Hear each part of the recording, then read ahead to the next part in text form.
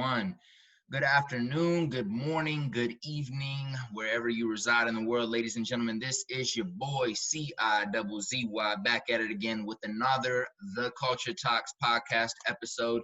And every week I say the same thing. I promise I'm gonna bring dope guests onto the podcast. In the past few weeks, I've been delivering like a pizza man, and I'm here with another guest. I would do an introduction, but I'm gonna let him do the introduction for himself first, and then I'll drop my little introduction as well. But go ahead and introduce yourself, my brother. Thank you for coming in today, and just let the people know who you are. Awesome. Well, listen, first things first, Collis, I want to thank you for, reaching out to me. I realized that there's a lot of different individuals, in my industry to be exact with the things that I do. But, out of all people, you reach out to me. So I appreciate you. But for all the guests that we have tapped in with us, listen, guys, my name is Marcus Roberts Deloach. I'm an author, speaker, entrepreneur. Where I own multiple businesses, and I also do social media marketing as well. So, across the board, I do a lot of things, but, that's really me. In the simplest way.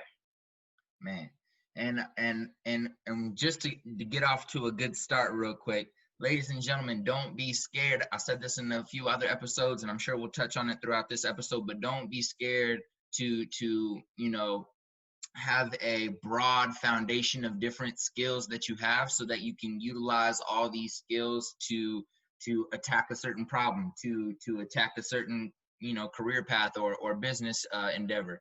Don't let other people make you think that you have to focus on only one thing at the age of 16 and you got to stick to that for the rest of your life. Diversify your skills, diversify your knowledge, your portfolio, however you want to say it. But man, shout out to you for being involved in so many different things and trying things out. That already shows that you're a brave individual. So talk to me about where you were raised in. What city did you grow up in? What was that experience like? And maybe how did that shape you to be who you are today? Yeah, definitely. I think that's a great start. So for me, I'm originally from Philly, West Philadelphia, Pennsylvania. For the people that don't know what Philly is, I'm from West Philly. I was born and raised there, raised by a single mother. I have 6 brothers and 3 sisters. Biologically, I have 4 brothers and 1 sister. But yeah, for me, I grew up in the inner city, was an athlete, like all across the board. I did so many things. And when I really look back at my life, I think that's really where it started for me. Just, growing up and doing athletics, I think where I begin to develop the mindset, I begin to understand how to be able to work hard and the different things that are required. Like a lot of people miss that when they're going through that process in life. And when you really look back at your life, you begin to realize like those are the things that molded you and shaped you to be who you are outside of your parenting and the people that you really had in your circle. So for me, that's really where it started, West Philly. Born and raised, but y'all know the song. I'm not gonna sing. I'm not gonna lie. That whole time you were talking, I was so tempted to start singing, but nah, bro, that's dope. And we're kind of similar in that, like where we got a lot of siblings. Quick question: are you the youngest or oldest? So I have 1 older brother from my father. Out of my father has 5 boys. I'm the second with my mother's children. I am my mother's oldest son. Nice. Yeah, my there's 9 kids, but only 3 are from like the same father. Like 3 of us are from my father, and then a couple are from this father, and then a couple more from this father. But man, that's what was it like growing up in a big family? Like how did it feel? What were the benefits or challenges of having so many young people around that you could either tap in with? Yeah. I would say for me, I don't really think that there were challenges, but I think as an older sibling, like again, like I said, I have an older brother, but throughout our lives, because we have different mothers, we really didn't have the opportunity to necessarily grow up together. So for me and the rest of my brothers after me, I'm basically the older brother. So with everything I do, even today, presently, you always have to lead by example. But as you go through life, you personally develop, a lot of things change for you.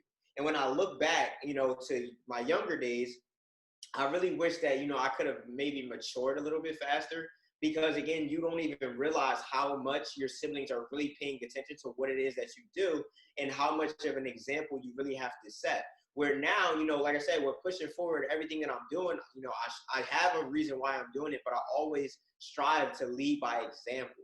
So it really wasn't really a challenge for me, growing up. It was just necessarily making sure that I'm doing the things to lead by example for my younger siblings, my younger brothers, and my younger sisters. I like that. And like you said at the beginning with the introduction, you're an empowerment speaker, a self-published author, a host of a show, So when you're 8 years old, when you're a child, what's going through Marcus's mind about like what he wants to be when he's older? So like what did you want to be when you were 8 years old, do you think? Man, you asked some great questions here. So honestly, for me, if I were to look back at my life, even if we went back 10 years and you would have told me that the things that I'm doing today, I would be doing, I would have thought you were crazy. Because for me, it wasn't necessarily that I wasn't smart. It wasn't any of those things that most people use in their stories or as an example. But for me, I just really envisioned, just going to school, graduating, and being able to own a business. Like for me, I always had that mindset that I didn't want to work for anyone else. I wanted to be able to work for myself. So when I went away to college, I knew for sure originally, because I was an athlete, I played college basketball. Originally, I wanted to graduate and either be a sports agent and or a coach. And still to this day, I coach AAU basketball. But in order to be a college coach, you need a 4-year degree or even more than that. So for me, once I really began to understand the requirements and I stepped into entrepreneurship, I realized that, being a coach, although it was something that I have a gift and that I felt was I was born to do, I didn't want to take on a career. Like I knew for sure that I wanted to work for me and I wanted to be able to do the things that I inspired to do. So it kind of was a different, path for me as far as being able to go in the right direction towards kind of making that decision. But I don't even know. Like I think when I really think about it, I think I wanted to be a coach. I either wanted to be a coach or a sports agent. Like as far back as I can remember. And then, when you're playing those sports, sometimes you always have those glimpses of what if I could be a professional athlete? Like I only had that. It was never really a long phase where I knew for sure I was like, well, I'm going to go to the NFL or I'm going to go to the NBA.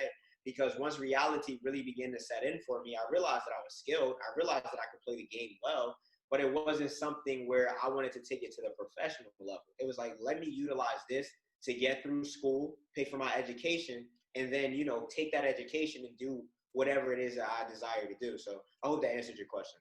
Yeah, no, it's like, especially that last part kind of just reminds me or makes me think that like, again, back to like having different skills, whether that's physical skills, mental skills, or a trade or whatever it is, that these are assets and these are assets that we can leverage to benefit us in different ways outside of what we're doing. So I think that's a great point, especially for the athletes that listen to this. Like, hey, look, if you don't, of course we pray you make it to the league, but if you don't make it to the league, you know what I'm saying? Understand that you can still, leverage your network, you leverage your relationships with your coaches, with your friends, with the other students at school, you leverage your degree, you leverage is like the key word. You can leverage your experience to benefit you in different ways. So I like that you pointed that out.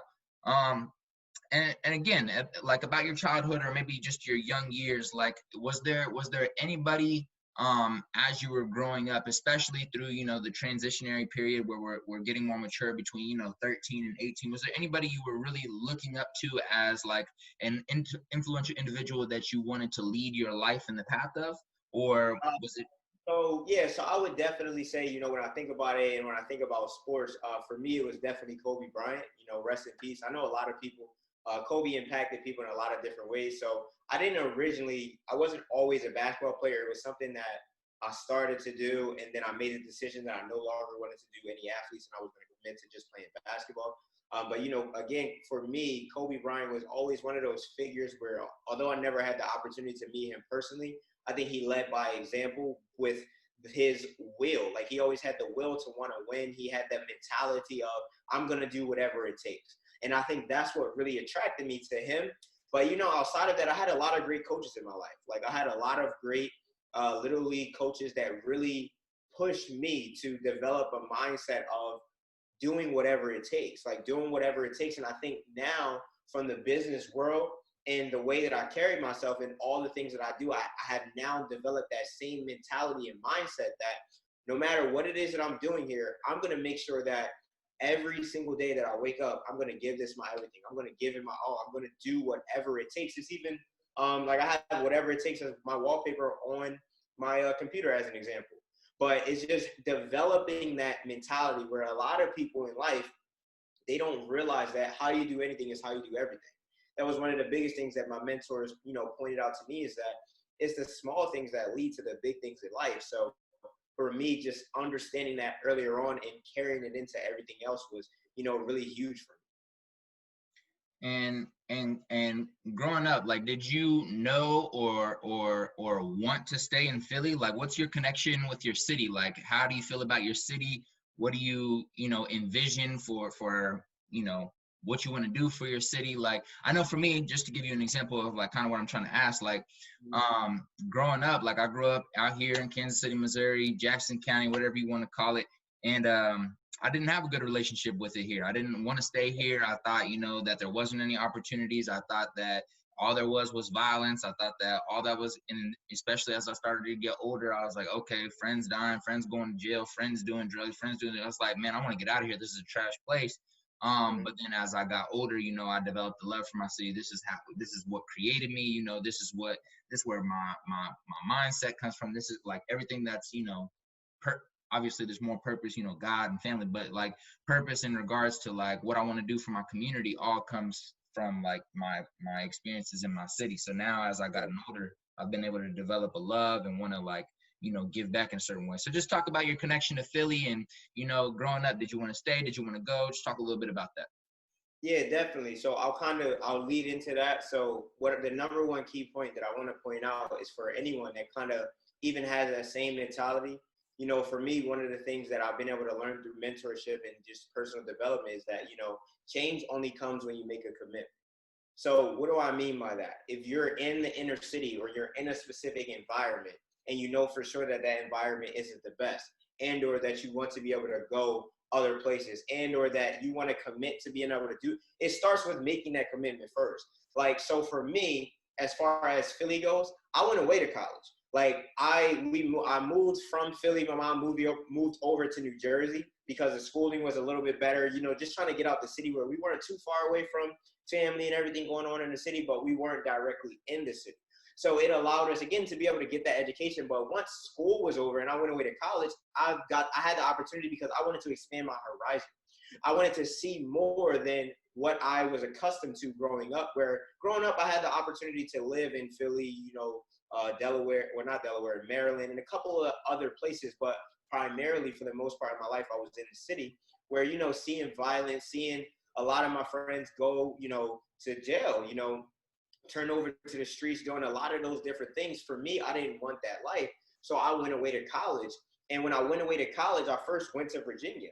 And then I came back, I transferred, I went to school in Nebraska. So I know a little bit about the Midwest. I have friends that are from there just simply because of me getting us blessed to get a college scholarship to go play in the Midwest. It allowed me to see something different because it's a lot of different things in the world that, again, when you get perspective as far as how it works and the things that are going on, it really allows you to internally understand that, and it'll give you a vision beyond no other. And then once I left Nebraska, I went to Ohio. And then, finally came back where for right now, my fiance and I and my family primarily we live in Jersey. But to kind of go back to what you said, I think the biggest thing for me was, again, it allowed me to expand my horizon. It allowed me to see more, but come back home and return and know for sure that I have to make an impact in my city. I have to give people the opportunity to know that there's more out there for them.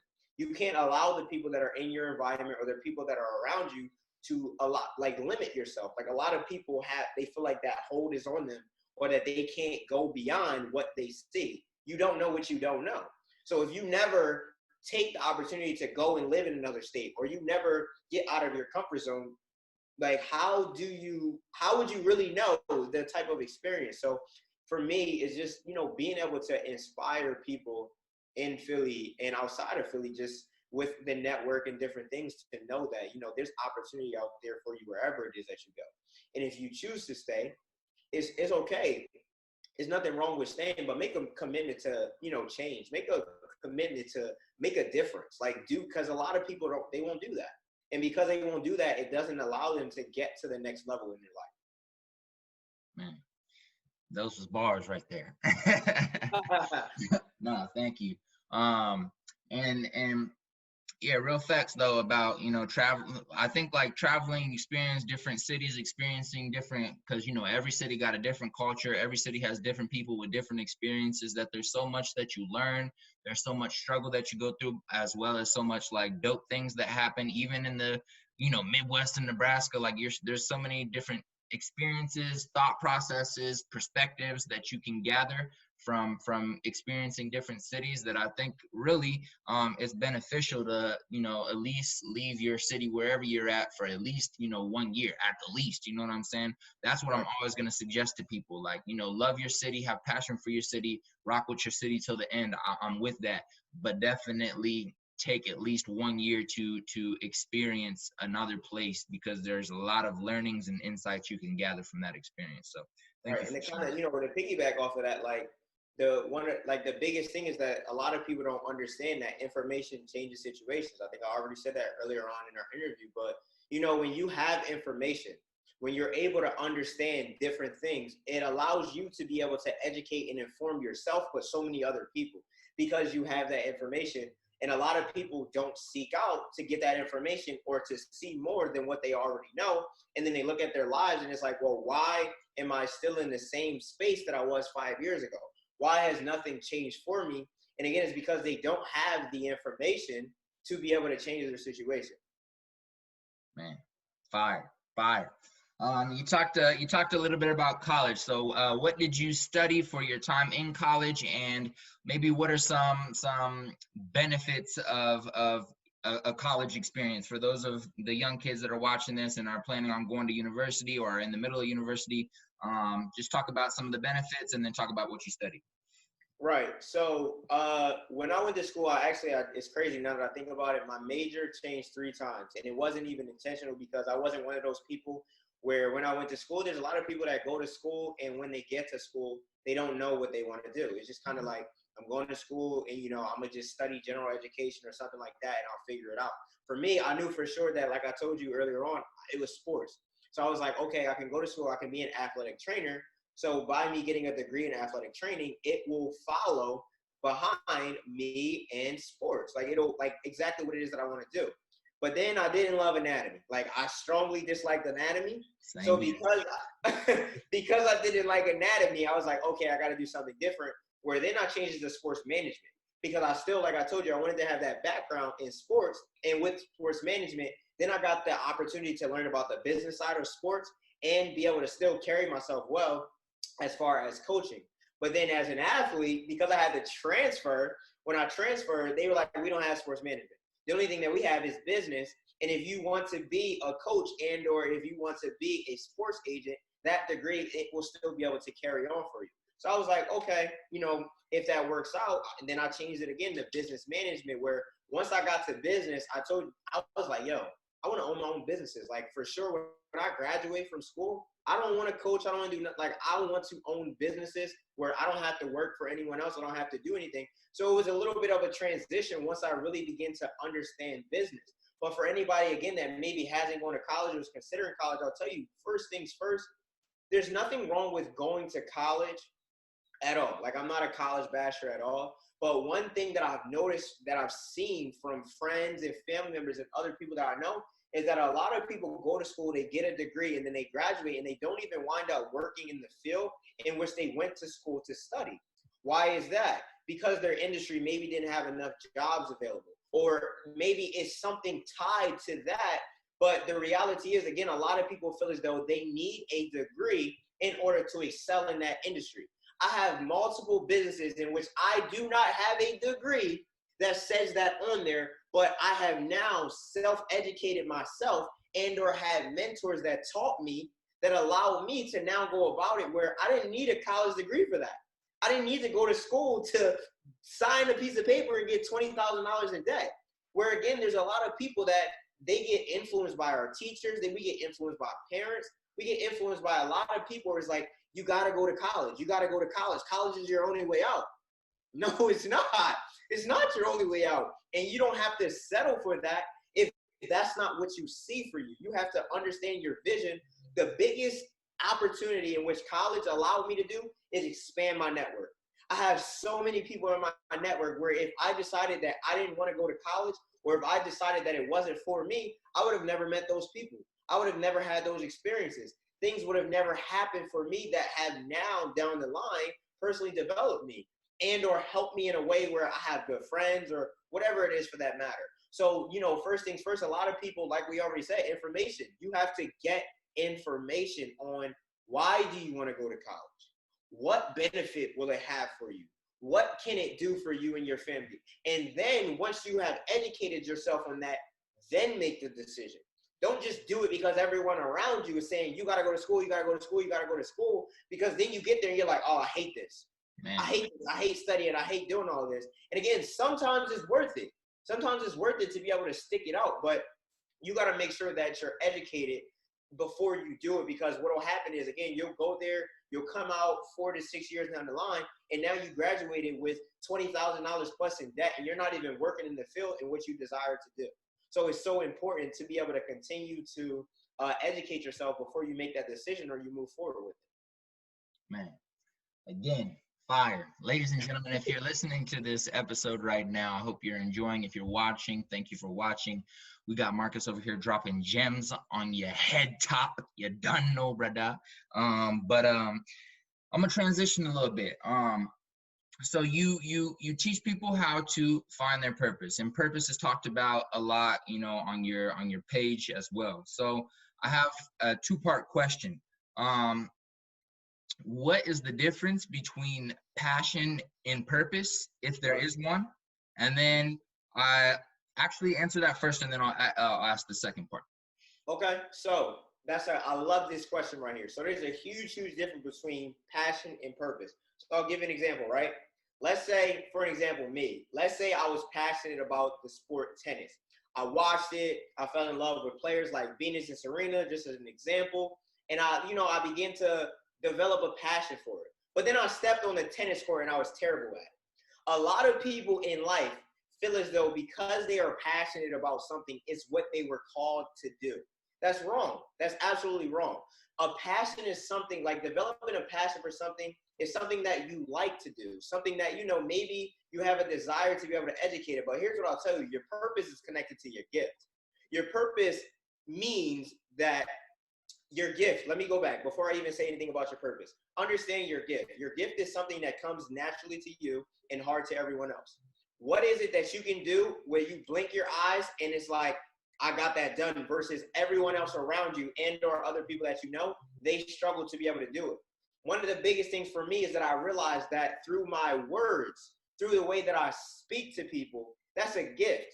There's a lot of people who can talk, but there's not a lot of people that can open their mouth and they can speak to you and they can uplift you. That's a gift.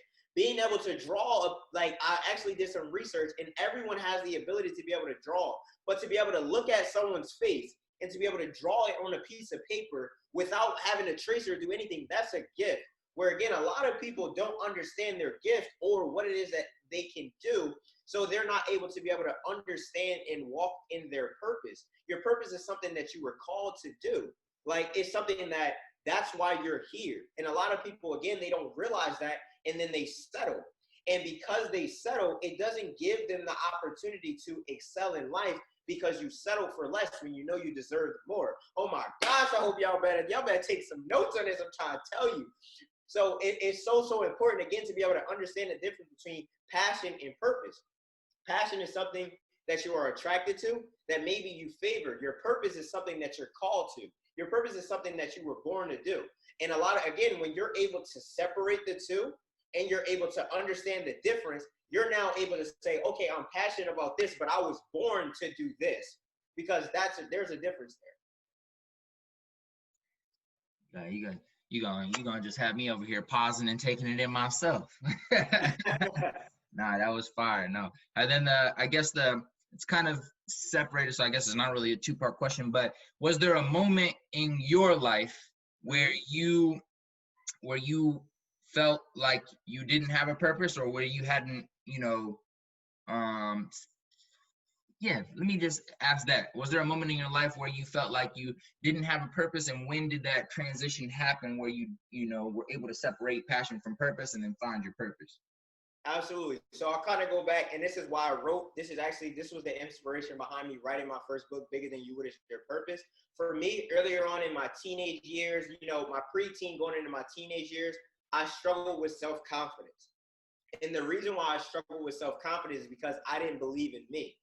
A lot of people in life, they don't believe in themselves, and then they don't understand why other people don't believe in them.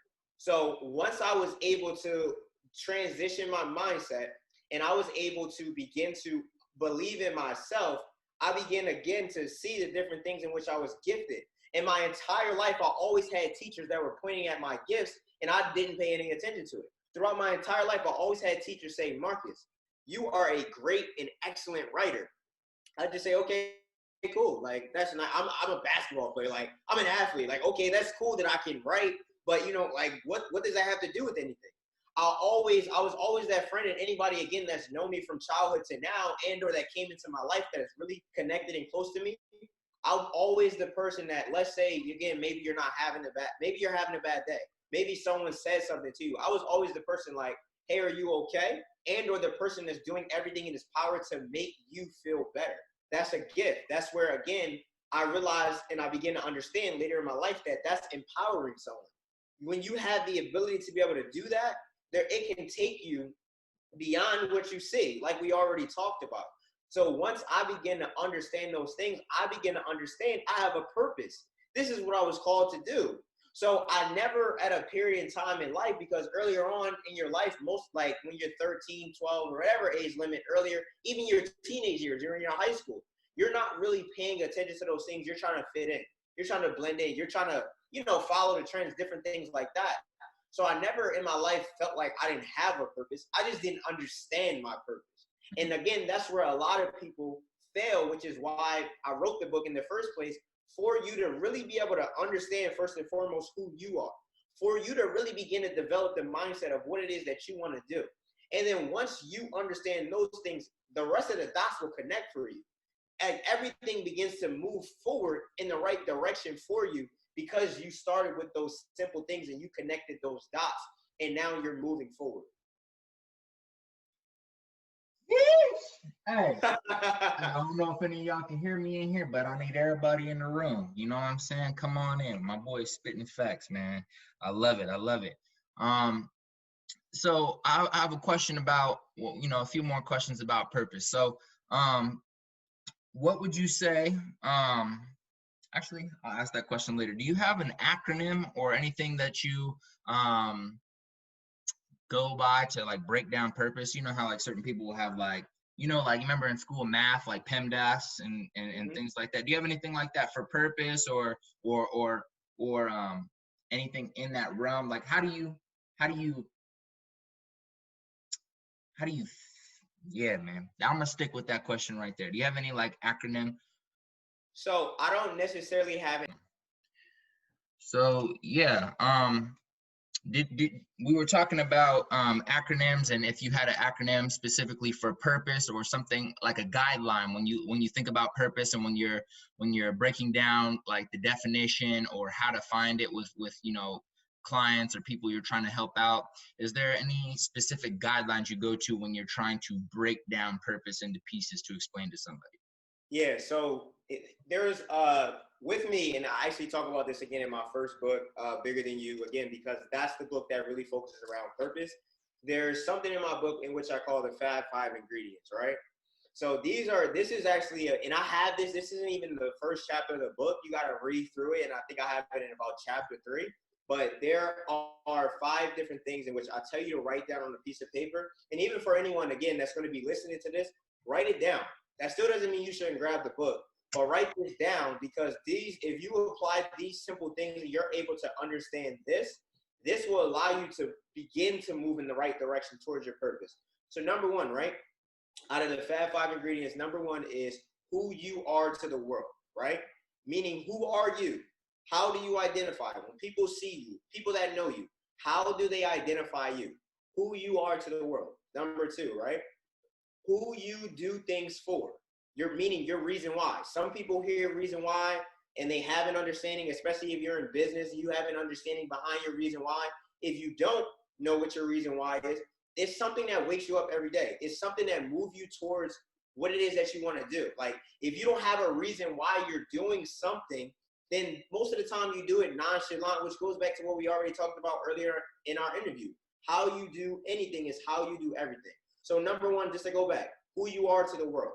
Number two, who you do things for and what your reason why is. Number three, what the people in the world mean to you. Like, who are the people in your life and what do they mean to you in life?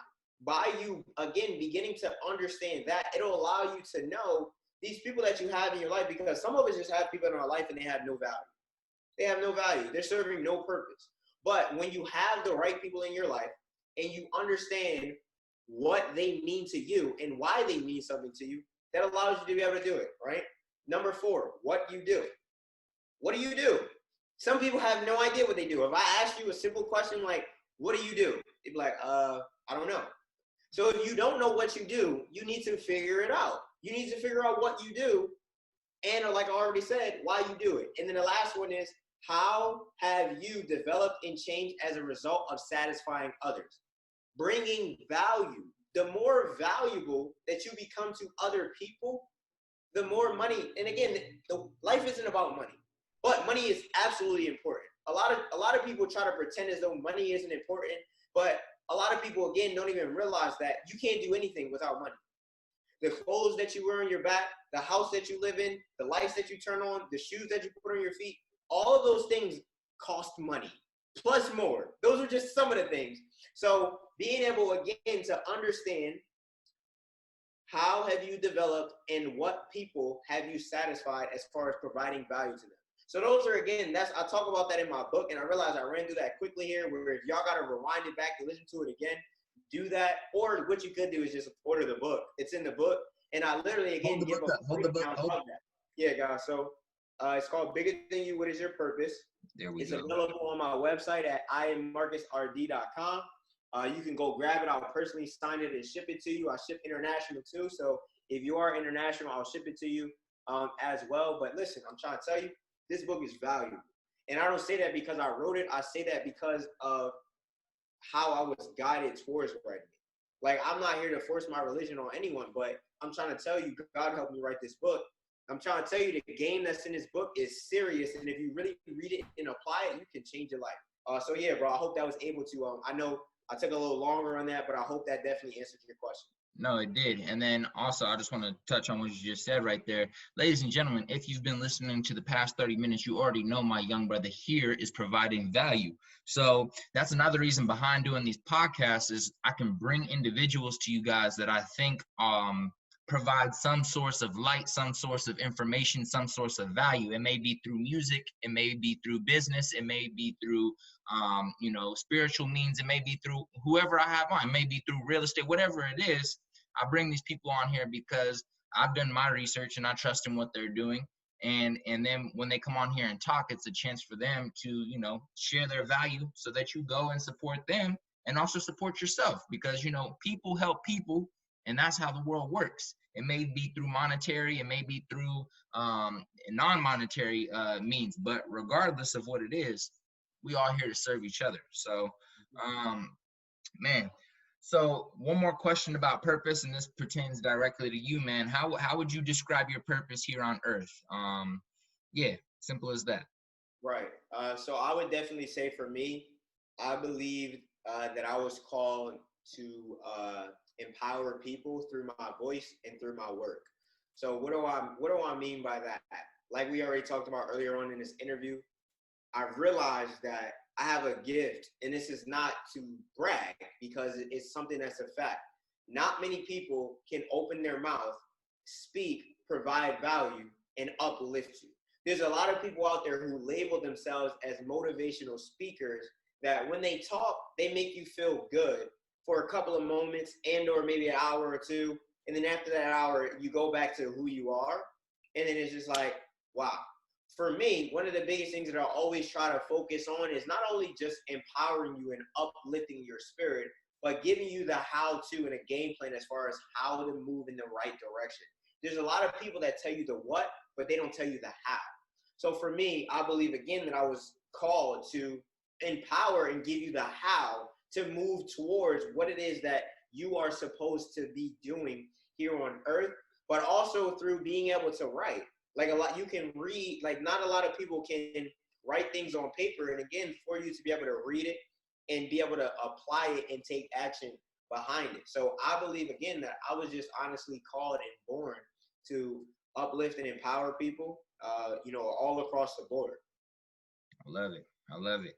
So first book at 22, is that when you wrote it or younger? Yes, my first book came out when I was 22. Okay, first book at 22, more books on the way. Why become an author? Why did you decide to become an author? Why did you decide to write your first book? That's a great question.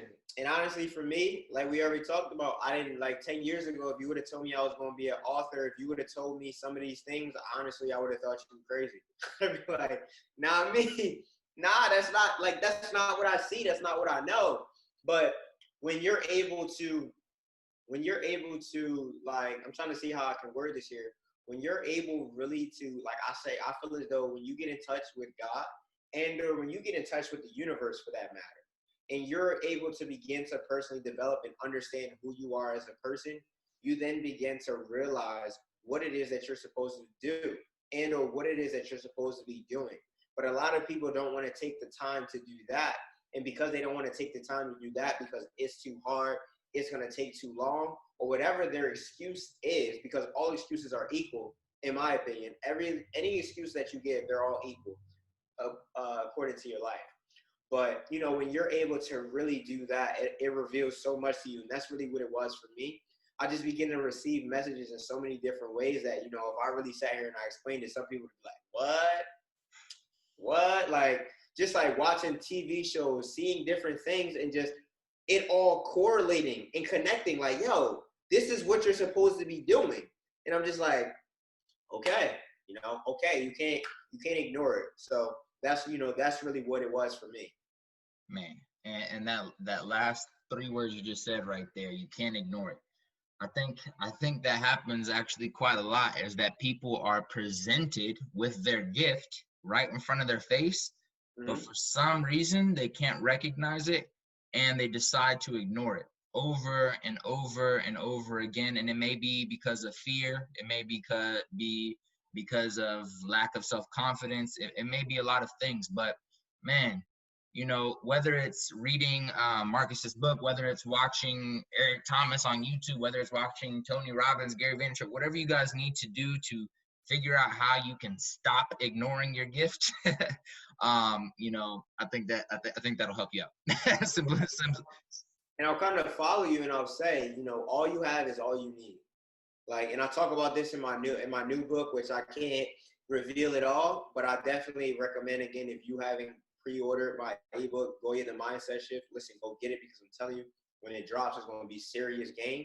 And the price that I have it at is for pre-order right now is changing. But to go back to what we were talking about, all you have is all you need.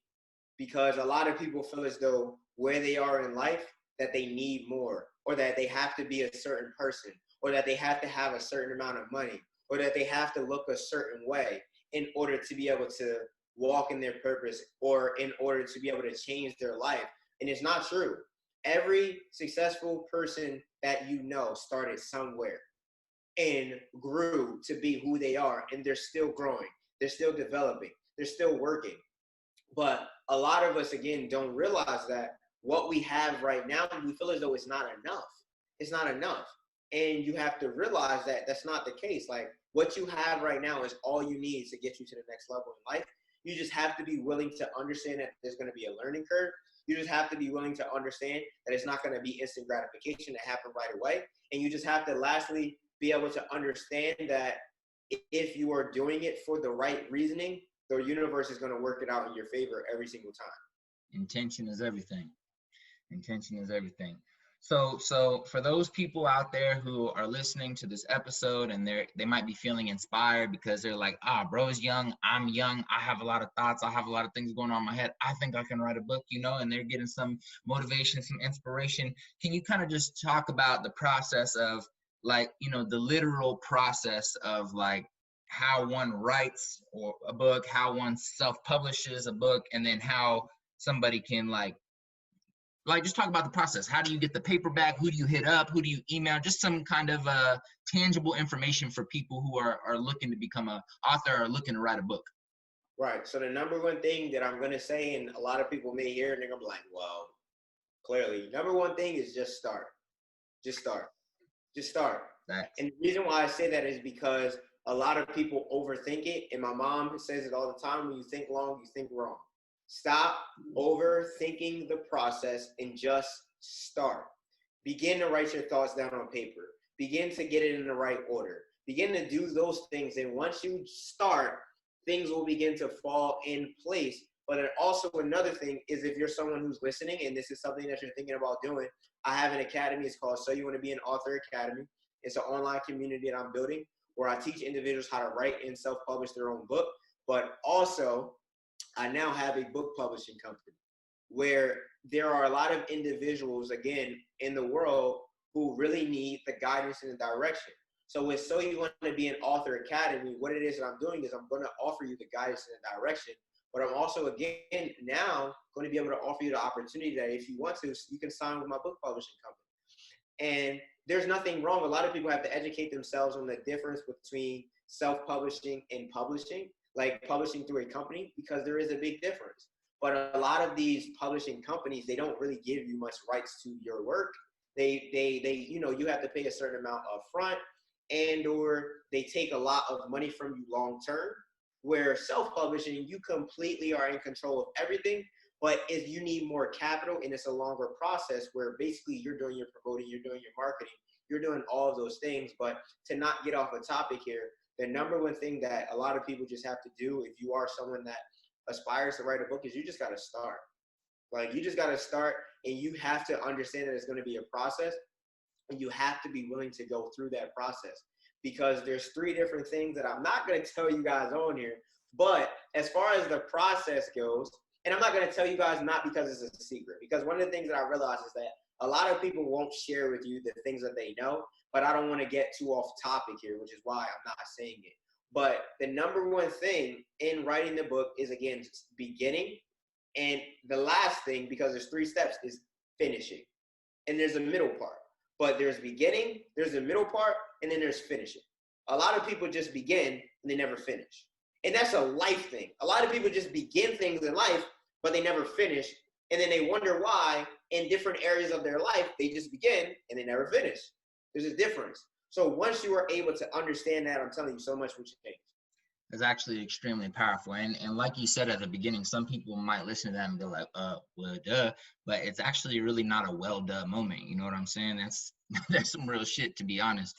And coming to that point where you and you talked about it earlier about commitment. When you come to that point where you realize that that's so normalized by society to start and not finish, and then you start to reflect on your life and you notice, oh damn, I have never finished anything in my entire life, except for high school maybe, and you just really start to reflect on that can put you down a road that leads you to success in whatever you do, whether that's writing a book, whether that's going to get your master's degree, whether that's starting a business. When you learn how to start and you learn how to finish, that's beautiful, because everything that happens in the middle is subject to change, is subject to so many different things. But if you commit to starting and you commit to finishing, at the end of the day, you'll have a product,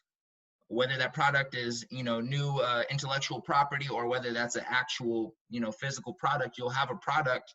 And from there, you decide, does that work? Did it not work? Okay, what can I do next time? Now, but you're committed to starting and finishing. So on the next thing you do, you're going to start, you're going to finish, you're going to have another product, and you're going to keep trying. It's kind of like businesses, Some businesses don't work, but the beautiful thing is the person that started the business even though it didn't work, they committed to starting and they finished the business and they started to try to sell it and to try to build customers. Whatever happens, it doesn't work. They now know how to start and finish a business. So that now they go on to the next step and start and finish until one of them, leads to success, right? So Right. I think that's important that you shared that. Yeah, I felt like I talked way too much right there. I done lost my breath. You're um, good. I think it's important again for people to, really hear that and understand that, because a lot of people, and this is, again, another life principle, but you got to date the strategy and you got to marry the vision. So what do I mean by that? You have to first, again, begin to understand that you have to put together a strategy, which goes back to the process that we were already talking about. Being willing to commit to that process and understanding that it's a strategy and that everything that we plan or that we write down doesn't always go the way that we want it to, because again, a lot of people miss out on the fact that we're not in control. There's someone above us that's in control, and that we are here to serve a purpose, in which sometimes when we're in the process of serving that purpose, we might have one plan, but God has another. But beginning to, understand that strategy allows you to see the vision. The vision is something that's long term. The vision is something that you can see. It's something that you can think about. It's something that you know is going to happen, but you're going to date the strategy and you're going to marry the vision. Because again, there's two different concepts there when you think about dating and you think about marriage, because marriage is something that you commit to for the rest of your life. Dating is different phases in your life. So when you're able to connect those and understand that, it allows you to move in the right direction.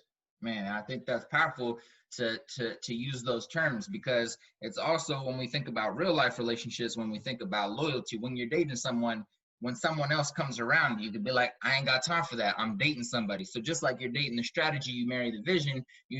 While you're dating the strategy, someone else, the devil might come along. Sorry, buddy, I'm busy. I'm dating somebody else. You know what I'm saying? Right. Distraction may come. Sorry, distraction. I'm dating my strategy. This might come along. Sorry, I'm dating my strategy. You know what I'm saying? You really have to commit, again, back to that word, and loyalty. When you're dating something, you don't be out here, you know what I'm saying, like letting everything come in to distract you from your current strategy, trying to figure out if this is going to work for you. And then saying, like you said, marrying, you committing to something the rest of your life, when that sweet little thing called greed, or that sweet little thing called whatever comes along, that you're committed to your partner, which is your vision, your marriage. So I think that's great to use those words. Man, I'm loving this conversation. When it comes to like podcasts, I always laugh, because I'm like, damn, like it's always like, there's always not enough time, quote unquote. You always are like, man, I wish I had another 3 hours, another 4 hours. I mean, you know what I'm saying? So thank you for everything you've been sharing so far. I got a few more questions for you, a little bit more personal. So we'll start with these last three, and then we'll share some information about what you're doing so people can find you on the internet, and hopefully purchase a book, and we'll wrap it up. So what kind of, this is an interesting question. I'm going to start asking people, what kind of, because I think it's important, what kind of conversations is Marcus having with his friends, with your close friends, with the people that you're tight with, like your homies, your day ones, your doggies, you know what I'm saying? Like, what kind of conversations are you having with your friends? Yeah, that's a great question. I love that. And one of the things that, I think a lot of people get stuck in is thinking that because you started with certain people, you have to finish with them. One of the things for me that once I became an entrepreneur, I began to understand is that everybody can't go. What do I mean by that? If God gave you a vision, God told you you're supposed to be somewhere, or that something is going to happen for you, you have to understand that that's yours, that that's your vision, and that you can reach out, you can get other people to understand, but you'll never get them to see it because it's your vision.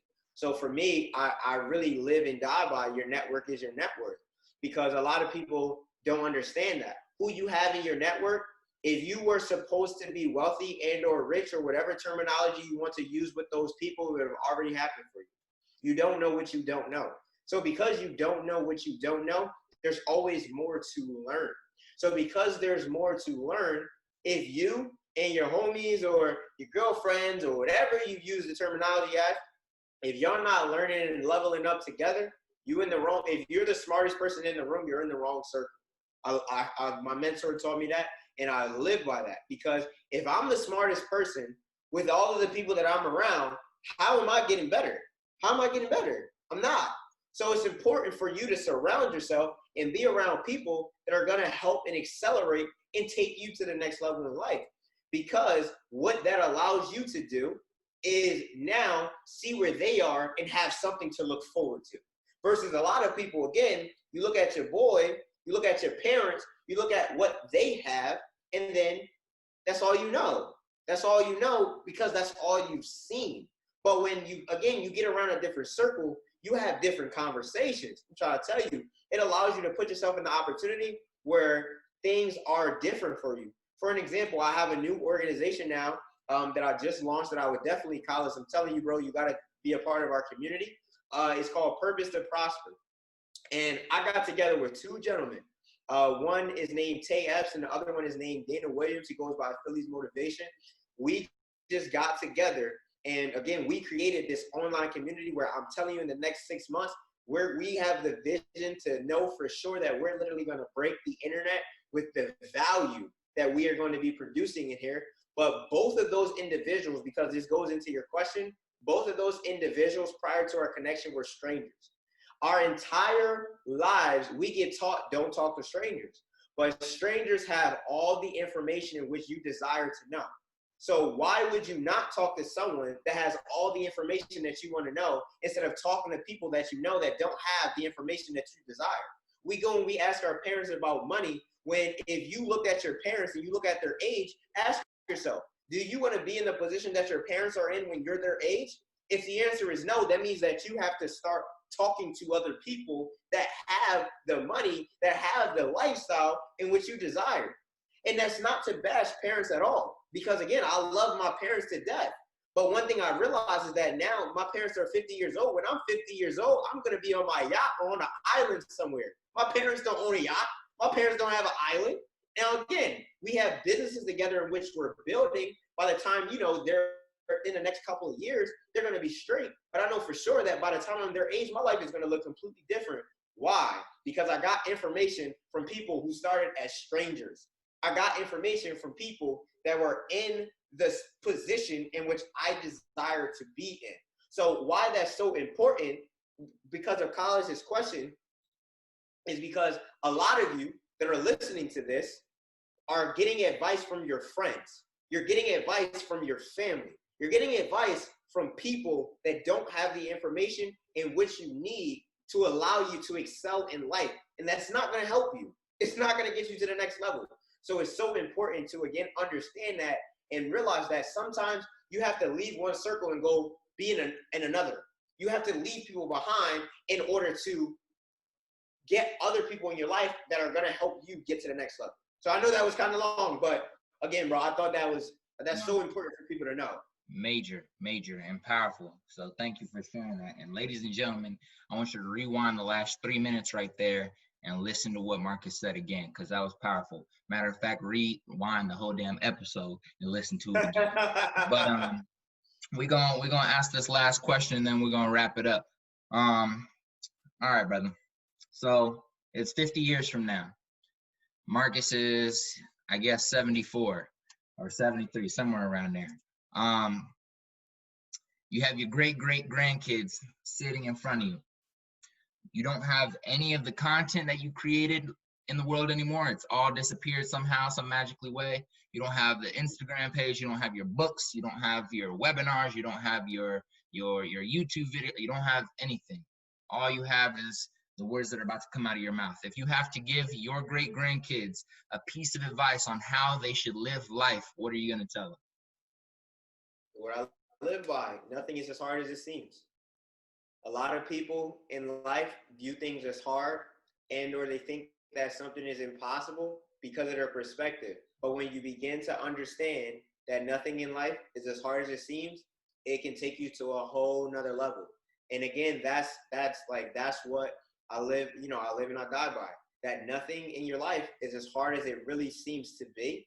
But if you're not willing to go back to what we already said, go through the process, learn and understand, you're going to fail. So really, to simplify, is nothing as hard as it seems, But to kind of also end it, there's three things that I would tell people, and I call it HPP for abbreviation. But the first thing is hard work. Understand that nothing in your life is going to be achievable without hard work. You can't graduate from college, you can't get a degree, you can't start a successful business and make sure that it runs and that it thrives. You can't do anything in life without hard work. The second thing is prayer. Even if you're not Christian, you have to understand that there's a higher power than you. You have to understand that there is something in this world that causes it to move and shift that goes beyond human beings. So making sure that you're in prayer and that on the weekly and day-to-day basis, you are praying and again understanding that in order for you to get to the next level, in order for the universe to respond to you, you must constantly be in prayer. And the last thing is patience.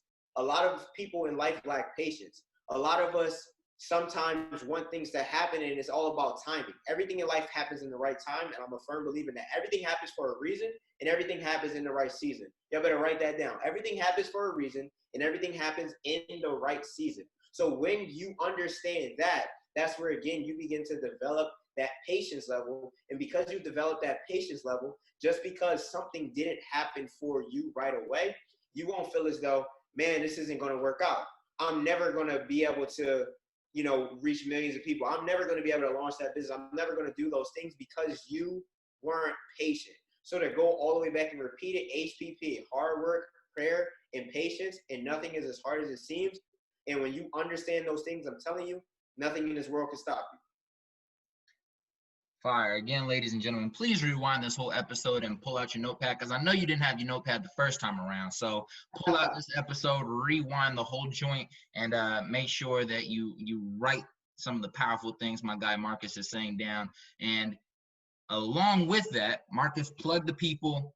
Where can they find you on social media? Where can they find your books? Where can they join that group? Talk about all that, and then we'll wrap it up.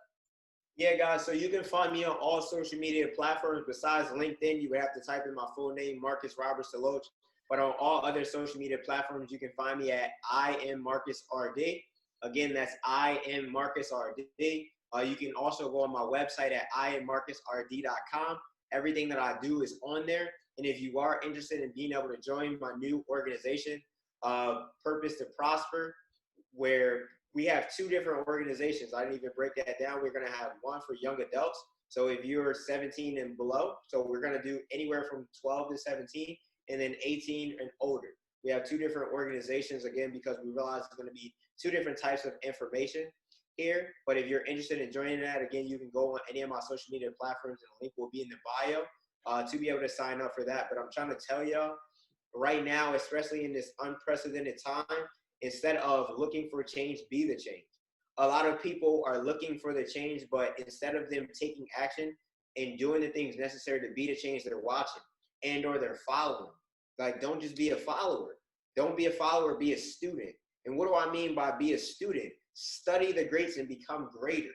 Study the greats and become greater, because when you do those things, I'm trying to tell you, man, so many things are going to change for you. So yeah, make sure y'all tap in with me. Instagram is my most proactive, social media platform, but I do have all of them and I am on all of them. But yeah, follow me. I am Marcus RD. Tap in with me. My DMs are always open. Love conversation, love networking. So I appreciate it once again for having me on your house. Brother, thank you. I appreciate you and your time. I want to acknowledge you for your ability to communicate and, like you said, uplift and inspire people through the way that you speak, through the way that you write, and through the information that you share. So keep hustling. I should be up in New York City by the fall, so hopefully I can make my way down to Jersey and link up with you, my guy. Oh yeah, for sure. In the next couple of months here, my wife, because she'll be my wife here in the next week and a half, my wife and I, we're going to be traveling quite a bit. So yeah, we definitely got to link up for sure. And again, we'll talk offline as well. But I definitely see the value in our relationship, and I definitely think we can do some big things, bro. So yeah, absolutely. Let's make sure we tap in with each other. Yes, sir. All right, brother. Appreciate you. You have a blessed day. All right. You too. I appreciate you, bro. All right.